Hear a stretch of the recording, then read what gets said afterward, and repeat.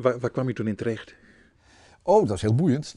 Tialf was een tijd lang was hij niet meer in, had geen directeur gehad. En daarvoor was het een zekere Roel. En die was toen overleden. Ja, klopt. En toen is het een tijdje dus geen directeur. Dus toen had het, er was een soort van collectief van personeelsleden die het allemaal runden. Die vonden het ook absoluut niet nodig dat er een directeur kwam. Alleen de stichting vond dat dus wel. En het bestuur van de gemeente Heerenveen. Dus toen ben ik daar benoemd. En toen kwam ik daar. Ja, eigenlijk dat iedereen zei van wat kom je hier doen? Want het gaat perfect. Dus het is helemaal niet nodig. Dus toen heb je in je kantoor opgesloten en gezegd van... Ja, ongeveer.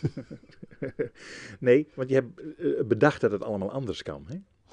Ja, er waren 3 fasen. Je had dus, laat ik zeggen, toen men de reden dat men dus mij toen heeft aangezocht om directeur te zijn daar, was dat financieel er een probleem was. En er was in de begrotingen zat er iets van een deficit van, ik dacht iets van 2,5, 3 ton.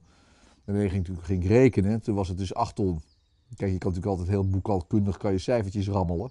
Dus Tialf was gewoon technisch failliet. Heel simpel. Alleen dat wilde de stichting natuurlijk niet weten en de gemeente ook niet. Dus dat werd wat onder de tafel geschoffeld. Alleen daar kwam ik natuurlijk wel een beetje achter toen. En, dus ik ben daar ongeveer na 1,5, 2 maanden, dat zal geweest in oktober, november 86. Toen heb ik 3 voorstellen gedaan. De eerste was heel alles afbreken en dan huizen bouwen. Dan ben je van het financiële probleem af en dan levert het geld op.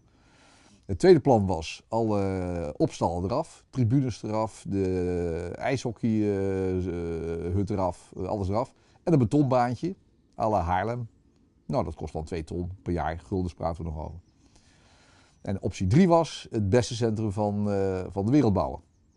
Dus dat waren een beetje de opties. Ja, daar zat wel een heel verschil tussen. Daar zat er een aanzienlijk verschil in. En het probleem was dat niemand zat natuurlijk op dat verhaal te wachten. Dus mijn probleem was, hoe communiceer je dat nu, dat je het voor elkaar krijgt? Want als je net 2 maanden ergens zit en je komt als Hollander geen Fries zijnde met zulke soort plannen, dat verdwijnt in de onderste laag. Dan kan je op wachten.